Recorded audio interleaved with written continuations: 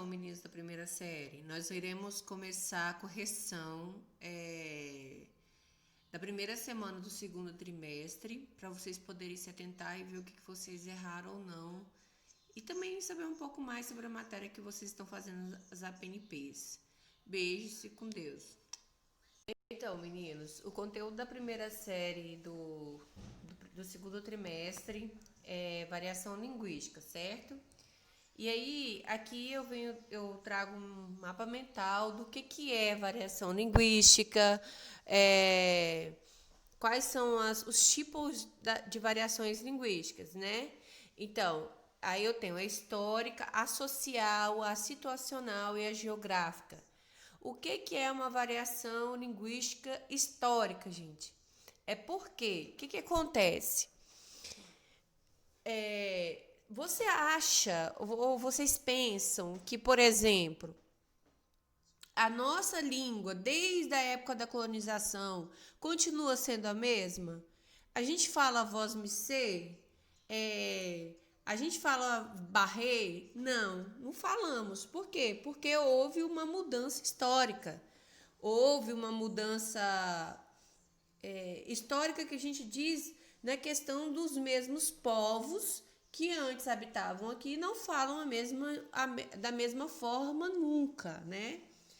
A social é que sim, a gente tem uma maneira de falar no nosso convívio social de bom dia, boa tarde, né? Aí tem uma explicação, ó. E é percebida segundo os grupos ou classes sociais envolvidas, tal como uma conversa entre um orador jurídico e um morador de rua. Exemplo desse tipo de variação são os socioletos, né? O que são os socioletos? São um tipo de alerta. Vou colocar um exemplo bem claro para vocês aqui do atolo, que todo mundo em Coporanga fala atolo, só que é uma variação social. Se você for pegar no livro, no dicionário, atolo quer dizer que você atolou numa lama, né? Só que o pessoal aqui de Coporanga, inclusive eu, falamos atolo quando nós estamos bravos, ou quando a gente não entendeu a coisa, ou quando. E de vários modos, né? A situacional, de acordo com o que você vai vivendo, convivendo e aprendendo, você vai vivendo de forma situacional. Por exemplo, do mesmo jeito que você fala com seu amigo, você não vai falar com seu pai. E assim por diante, vai falar com o juiz e etc, tá? E a geográfica, pessoal, por exemplo, vou dar um exemplo bem claro. No sul, a gente tem os gaúchos que falam de uma forma, Minas, a gente fala uai, trem bom, trem sou. Então, cada lugar eles vão usar de uma maneira para falar, certo? Aí, a minha pergunta era: queridos alunos, leia o texto sobre família, vamos mais embaixo. A vida familiar nos influencia na nossa maneira de se comportar e falar de acordo com um texto. Vida familiar e o mapa mental sobre variações linguísticas. Diga quais palavras e dizeres que os seus familiares mais costumam falar. Então, por exemplo, atolo, véi, maneiro, sou. Seria uma forma de você ver que os seus familiares falam, né?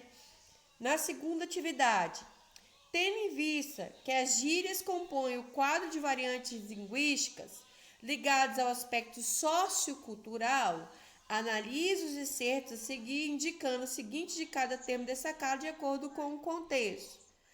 Possivelmente não iremos à festa. Lá todos os convidados são patricinhas e mauricinhos.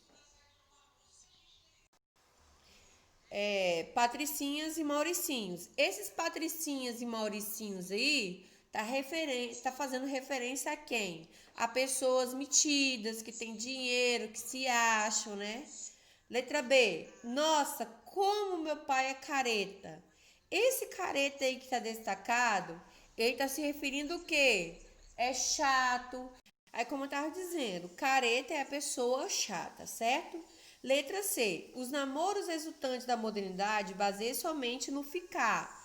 Que é o quê? Eu vou lá dar um beijinho, né? Alguma coisa sem compromisso, certo?